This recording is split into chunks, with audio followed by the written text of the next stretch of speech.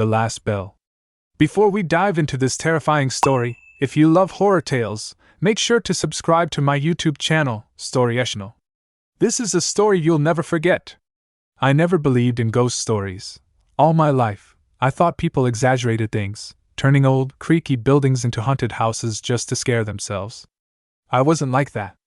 I was the guy who laughed in the face of horror movies and rolled my eyes at so-called, real, ghost encounters.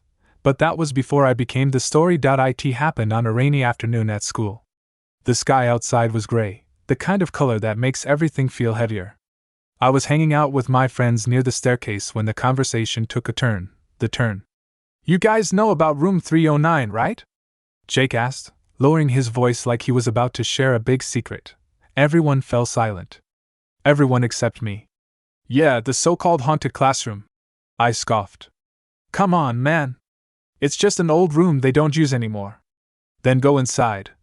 Emily challenged, folding her arms. Prove it's just a normal room. I smirked. Fine. What do I get if I do? You get to tell everyone how dumb we are, she said. And if you get scared, we get to tell everyone how dumb you are. I rolled my eyes. Deal. The hallway was quiet as we walked up to the third floor. The lights flickered slightly, probably because of the storm outside. I wasn't nervous. Not even a little, until I saw the door.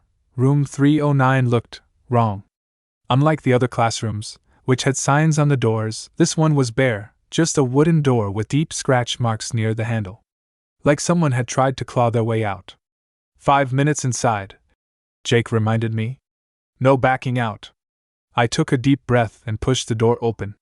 It groaned like an old man waking up after 100 years of sleep. Inside, it was dark, the only light coming from the hallway behind me. Dust floated in the air, and the desks were arranged in neat rows, untouched for what looked like decades. The blackboard at the front was cracked, and something about the air felt wrong, heavy, like the room was breathing. I stepped in, letting the door creak shut behind me. My heartbeat was steady. I wasn't scared. This was just an empty classroom. Then, I heard it. A faint giggle. I spun around, but no one was there. Just the desks, the dust, and the eerie silence. My pulse quickened, but I told myself it was my mind playing tricks. Nice try, guys, I called out, assuming my friends were messing with me. Silence. Then, thud. One of the desks moved. On its own. I froze. My throat felt dry. It had to be the wind, right? Maybe the floor was uneven. Scrape. Another desk dragged itself a few inches across the floor. I took a step back. Then I saw her. In the far corner of the room, standing with her back to me, was a girl. She was wearing an old-fashioned school uniform, the kind you only see in black and white photos. Her long, black hair hung limply over her shoulders. She didn't move. I couldn't breathe. I wanted to run, but my feet felt glued to the floor. Hello? I whispered, my voice barely audible. She twitched. Not turned, twitched. Like something had yanked her a fraction of an inch. Liam, she whispered. My stomach dropped. How did she know my name? I took a shaky step back, my hand reaching blindly for the doorknob.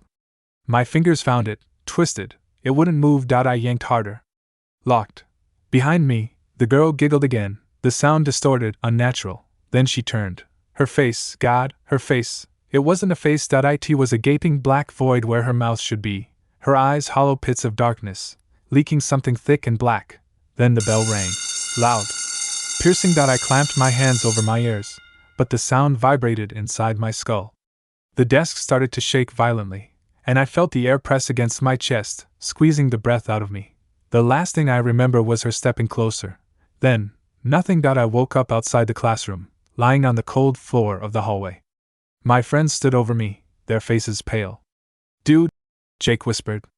What the hell happened? I couldn't answer. My throat was raw, my limbs weak. I scrambled to my feet and turned toward room 309. The door was shut. Normal. Like nothing had happened, but when I looked down at my hands, they were covered in dust, and written on the sleeve of my shirt, in black chalk, was a name. Liam. If this story gave you chills, make sure to like this video and subscribe to Storyational for more terrifying tales. And remember, never ignore the last bell.